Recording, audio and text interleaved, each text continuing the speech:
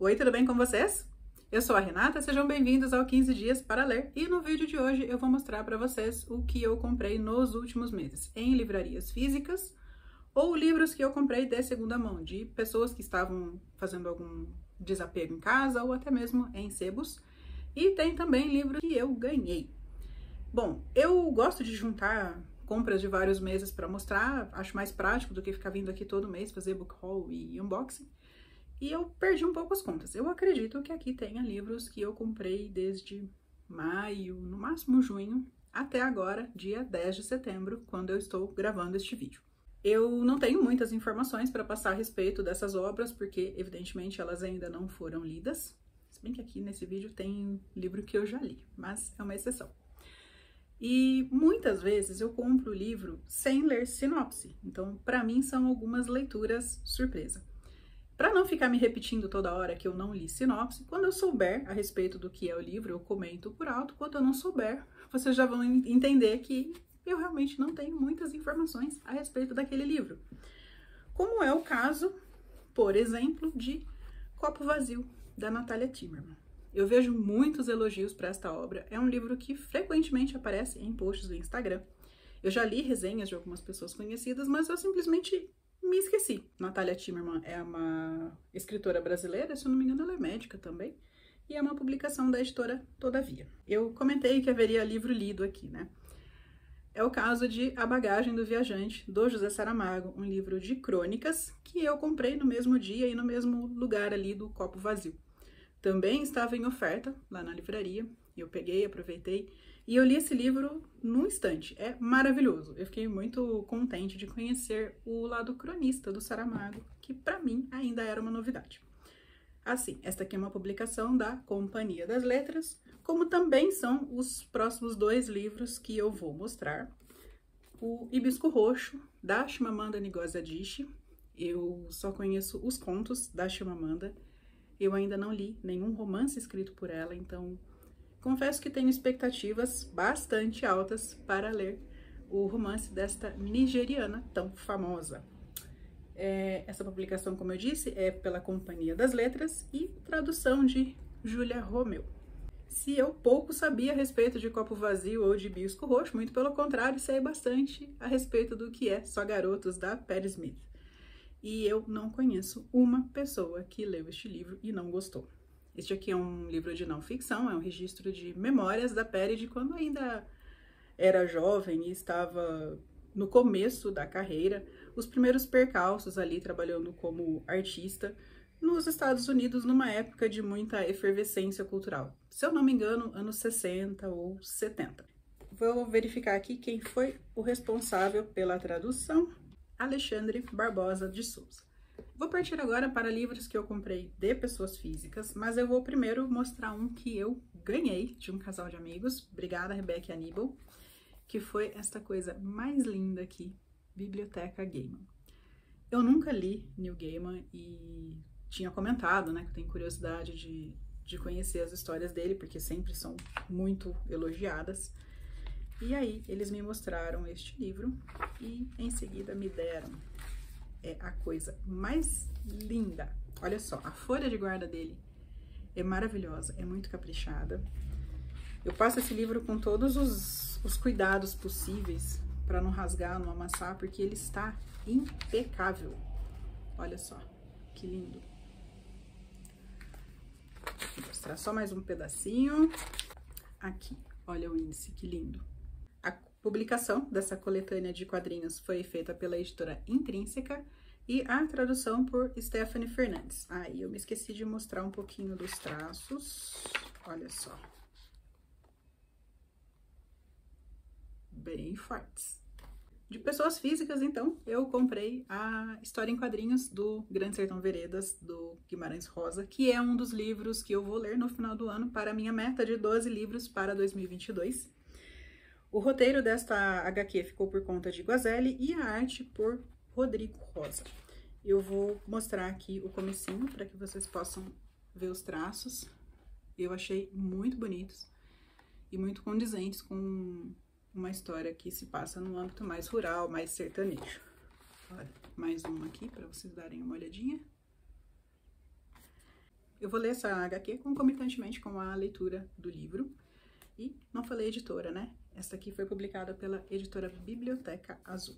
O outro livro que eu comprei foi também do João Guimarães Rosa, Manuelzão e Miguelin. Na verdade, são duas novelas que existem aqui nesta publicação. Uma delas se chama Campo Geral e a outra, Uma História de Amor. Eu li neste ano Sagarana, na verdade eu reli Sagarana, e eu fiquei absolutamente encantada. Pelo que eu li sobre o Guimarães Rosa, ele manteve todas as suas obras mais centradas ali no sertão de Minas Gerais mesmo. E as duas novelas que estão aqui não fogem a essa regra. A primeira delas, o Campo Geral, é a respeito de um menino que vive no sertão, e a segunda é sobre a velhice de um vaqueiro. Então, vamos continuar ali no mesmo ambiente dos contos de Sagarana. Essa edição aqui é antiga, ainda é pela Nova Fronteira, que é quem publicava o Guimarães Rosa antigamente. Agora, se não me engano, é a Global. E um outro livro que eu comprei foi o Corações Sujos, do Fernando Moraes. É um livro que eu tenho no Kindle, mas que eu acho que vai ser bem mais útil ler na edição física mesmo, porque eu vou anotar muito, vou fazer muitas observações. Este aqui eu sei bem sobre o que é. É sobre a história da Shin Do Hae-mei. É uma organização que hoje em dia é reconhecida como terrorista, mas que na época da sua fundação, vamos dizer assim, e principalmente a atuação, era... Nossa. Pronto, passou a moto. Vocês não têm noção de quantas vezes eu tenho que regravar os mesmos trechos, porque estava passando caminhão ou moto aqui na frente de casa. Como vocês já puderam perceber, eu moro num lugar bem movimentado. Mas voltando aqui. A Shin Do Hae-mei, na época da sua constituição e atuação, disseminava a ideia de que o Japão tinha saído vencedor da Segunda Guerra Mundial. Esse livro aqui é tão importante que eu acho que cabe até ler um pedacinho aqui da sinopse dele. Com a rendição do Japão às forças aliadas, em agosto de 45, a Segunda Guerra Mundial chegava ao fim. Do outro lado do planeta, em São Paulo, nascia uma organização secreta japonesa, a Shin Do Hae-mei, ou Liga do Caminho dos Súditos. Para seus seguidores, a notícia da rendição era uma fraude, um golpe da propaganda aliada para quebrar o orgulho dos japoneses em todo o mundo. Como aceitar a notícia da derrota se em 2600 anos o invencível Japão jamais perdera uma guerra? Em poucos meses, a colônia nipônica, composta de mais de 200 mil imigrantes, estará irremediavelmente dividida. De um lado ficavam os Kashigumi, os vitoristas da Shin Do Hae-mei, apoiados por 80% da comunidade japonesa do Brasil. Do outro, os Makegumi, ou derrotistas, apelidados de Corações Sujos pelos militantes da seita. Então veja, era uma quantidade muito grande de japonês que acreditava que o Japão tinha saído vencedor da Segunda Guerra Mundial. E as pessoas que acreditavam na verdade, na versão correta, acabavam sendo perseguidas. Eu já falei um pouquinho a respeito da Shin Do Hae-mei aqui no canal, quando eu comentei uma obra de ficção, que é o Nihonjin. Eu comentei sobre este livro no vídeo de livros que mereceriam ser mais conhecidos, justamente pelos temas que eles abordam. Eu ainda nem li esse livro aqui, mas eu já recomendo a leitura pelo aspecto histórico, né, que é uma parte da história do Brasil pouco comentada, pouco discutida, e também, claro, recomendo muito a leitura do Nihonjin. Eu tenho 3 livros aqui que eu acho que eu esqueci de mostrar no último unboxing. São livros que eu comprei ou na Amazon ou na Martins Fontes. Se eu não me engano, este aqui eu comprei na Amazon e estes dois aqui na Martins Fontes. Então, se eu não mostrei mesmo, fica aqui o registro, só para não ficar perdida essa compra aqui pela estante. A HQ Pílulas Azuis, de Frederick Peters, traduzida por Fernando Scheibe e publicada pela editora Nemo. Eu não me lembro mais sobre o que é esta HQ. É uma HQ em preto e branco. Eu tenho uma vaga lembrança de que ela trata sobre a relação de alguém com a notícia de que a namorada é soropositiva. Se eu não estou muito enganada, é isso. Eu só me lembro que ela tem um tema muito importante, que seria, no caso, a AIDS. O outro livro é um de ensaios, do Humberto Eco, 6 Passeios pelos Bosques da Ficção. Eu amei esse nome. Humberto Eco sempre é um nome para a gente ler, né, quando se fala de literatura. 6 passeios, porque aqui de fato existem 6 ensaios, são na verdade alguns discursos que ele proferiu numa universidade. Vou ver se tem o nome da universidade aqui. São 6 conferências que ele realizou em 1993 em Harvard, que foram redigidas aqui, adaptadas para publicação em livro. Como este aqui, a exemplo do Corações Sujos, também é não ficção, acho que cabe aqui a leitura de um pedacinho da sinopse. De Esopo a Ian Fleming, de Edgar Allan Poe e Nerval aos modernos experimentos de George Perec, passando ainda pela Paris de Alexandre Dumas, o noticiário das guerras das Malvinas, os filmes pornográficos e seus próprios romances, Eco investiga os diversos aspectos da literatura, expandindo nossa percepção não apenas do mundo ficcional, mas também da própria realidade. Promissor, muito promissor. É uma publicação da editora Companhia das Letras, com tradução de Hildegard Feist. Se aqueles ali eu tinha alguma dúvida se já tinha mostrado ou não, este aqui eu sei que eu não mostrei, que é O Deus da Carnificina, da Yasmina Reza. É uma dramaturga francesa. Esta aqui é uma peça de teatro mesmo. E se este nome te lembra aquele filme, Deus da Carnificina, que passou há alguns anos, sim, o filme é uma adaptação desta peça de teatro. Essa aqui é uma publicação da editora Aine, com tradução de Mariana Delfini. Agora, livros que eu comprei de segunda mão, não exatamente de pessoas físicas. Eu vou começar por este aqui, do Acervo Quatro Patas. É um projeto que recebe doações de livros e depois vende esses livros lá no Instagram mesmo e reverte todo o dinheiro arrecadado para cuidados com os animais. É um projeto bastante sério, eu tive a oportunidade de conversar com pessoas que fazem parte do projeto, confio na idoneidade dessas pessoas e justamente por confiar nessa idoneidade, na seriedade do trabalho que elas realizam, é que eu estou aqui indicando. Eu vou deixar o perfil deles aqui no Instagram. Este não é o primeiro livro que eu compro desse projeto, mas infelizmente foi uma falha minha. Quando eu mostrei o livro anterior que eu havia comprado deles, eu esqueci de falar do projeto mesmo, então fica aqui a retificação desta minha falta. Eu comprei desta vez Levo Você Até Lá, um livro pelo menos desconhecido para mim, da Joyce Carol Oates. Acho que é assim que pronuncia o nome dela. Ela tem sido bastante comentada por aquele livro Blonde. Tem muita gente lendo esses livros, né? Aqui no Brasil ele é publicado em 2 volumes. E de tanto ver elogios pela forma como a Joyce Carol Oates escreve, eu acabei ficando curiosa. Como eu não quero ler Blonde, porque eu já tenho calhamaços demais aqui em casa parados e eu sei que são 2 livros enormes, escolhi aqui um livrinho mais curto. Este aqui é publicado pela editora Globo com tradução de Luiz Antônio Aguiar. Este aqui não foi de nenhum projeto, foi de uma pessoa física que estava vendendo livros na estante virtual, se eu não me engano. Portanto, não é de algum amigo assim que estava vendendo coisas e eu fui lá xeretar o acervo. Esse aqui eu comprei pela internet mesmo. É A Origem das Espécies, uma biografia da Janet Browne. E pelo que eu li, este livro seria uma espécie de introdução, de primeiro passo para ler A Origem das Espécies. Como a biologia é, digamos assim, a minha área mais sensível, né? Eu tenho uma dificuldade imensa com biologia, me dou bem com exatas, me dou bem com humanas, mas, gente, biologia era só por Deus para passar na escola, viu?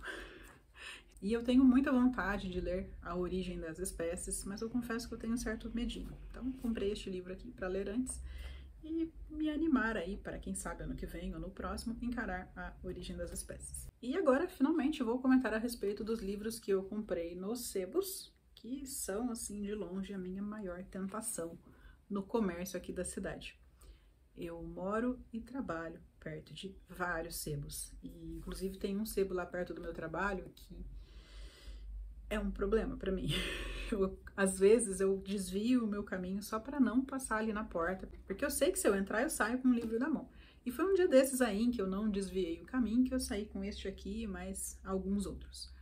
O Dia do Coringa, do Justin Gardner, é um livro que eu li na minha adolescência e é um dos meus favoritos da vida. Não sei vocês, mas eu tenho um certo receio, às vezes, de ler alguns favoritos e tirá-los desta categoria, porque eventualmente isso acontece.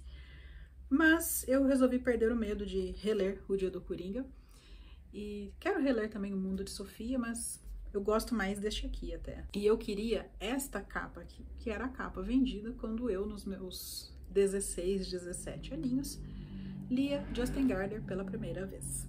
Quando eu era adolescente, Justin Gardner estava sendo lançado aqui no Brasil pela primeira vez. E O Mundo de Sofia foi um fenômeno de vendas. Ele foi realmente um livro muito lido. E o livro seguinte, que chegou aqui no Brasil pelo menos, foi O Dia do Coringa. Em todos eles, o Justin Gardner ensina filosofia. E neste aqui, ele ensina através de cartas de baralho que têm vida.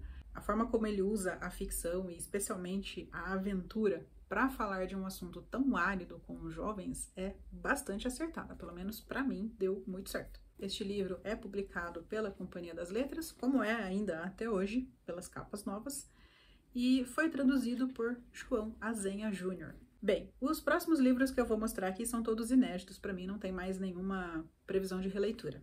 Eu tenho muita curiosidade de ler Mad Maria, do Márcio Souza. E eu tenho curiosidade porque eu não sei. Muitos anos atrás, eu procurei este livro loucamente porque ele estava esgotado. Nesta época em que eu procurava o livro, eu sabia porque eu queria ler, mas eu não sei mais nada a respeito disso. Eu esqueci quais eram os detalhes que me fizeram andar de sebo em sebo louca atrás deste livro por um preço aceitável, porque eu só achava ele por preços exorbitantes. E, no entanto, ali perto do meu trabalho eu encontrei este livro e eu quero até mostrar a etiqueta. Eu paguei R$8 nele. Eu sei que muita gente no Rio compra livro a R$5, R$7. Eu tenho uma colega que sempre posta os passeios dela assim no sebo e eu olho aquilo e fico babando, porque aqui em Campinas não é comum encontrar tanta variedade de livros em bom estado por um preço tão baixo. Pelo menos nos sebos que eu frequento, eu dificilmente acho livros do meu interesse por menos de R$10. Este aqui, por exemplo, eu comprei no mesmo dia e no mesmo sebo daquele ali e já paguei R$15, que é um preço mais padrão aqui para livros usados em Campinas.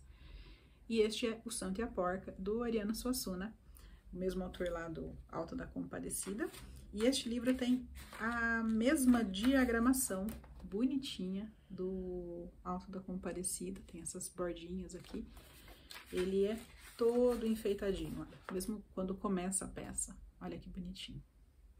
Tô curiosíssima para ler. E sobre o que é O Santo e a Porca? Gente, eu não faço a menor ideia. Eu comprei simplesmente porque eu adoro o Ariano Suassuna. Comprei um livro tristíssimo, porém muito elogiado, que é O Fique Comigo, da Ayobami Adebayo, publicado pela editora HarperCollins, nesta edição lindíssima, que, se eu não me engano, é a capa que foi da Tag. É, isto mesmo, é a versão feita pela Tag. Por isso mesmo que ele custou R$20, um preço que, bom, para um livro que foi deste clube de leitura, nem é tanto assim, porque nós sabemos que esses livros de clube costumam ser mais caros. A tradutora deste livro foi a Marina Vargas, e eu sei que este livro é bastante triste, porque ele fala sobre uma mulher que não consegue engravidar numa sociedade em que a mulher é muito julgada pela sua vida doméstica, em especial pela sua capacidade de procriar e de criar bem os filhos. Então, para uma mulher que não engravida, isso vem a ser praticamente uma tragédia. E no caso de uma sociedade não monogâmica, como é o caso aqui, não ter filhos pode, no caso dela, ter que aceitar a presença de uma segunda esposa dentro de casa, dividindo com ela um marido que ela ama. Comprei ainda um livro muito falado, mas talvez não tanto lido, que é A Odisseia do Homero. E Renata, você nunca leu a Odisseia? Não, eu nunca li a Odisseia. Gosto muito de clássicos, já tive a minha fase ali de ficar lendo épicos, mas eu ainda não li nem a Odisseia e nem a Ilíada. Então, pelo menos um deles agora aqui eu tenho. A Ilíada eu nem tenho. Esse aqui chegou no sebo aqui perto de casa, eu olhei o livro chegando, eu já falei pro moço, nem bote na prateleira, esse aqui eu vou levar para mim. Eu queria justamente esta edição da Companhia das Letras, não estava tão mais barato assim do que eu pagaria na Amazon, mas veja, paguei R$25 nesta edição aqui, em perfeito estado. Olha, nem a lombada tá dobrada. Provavelmente esse livro não foi lido. Sobre o que ele fala? Gente, eu sei tão por alto que é a respeito do retorno do Odisseu, ou melhor, da tentativa de retorno do Odisseu da Guerra de Troia para a sua casa, e vai acontecer de um tudo para que se torne a sua Odisseia, que é uma palavra que nós usamos até hoje para designar uma coisa que custa a acontecer. Esta edição aqui é a da Penguin, com tradução de Frederico Lourenço e notas de introdução de Bernard Knox.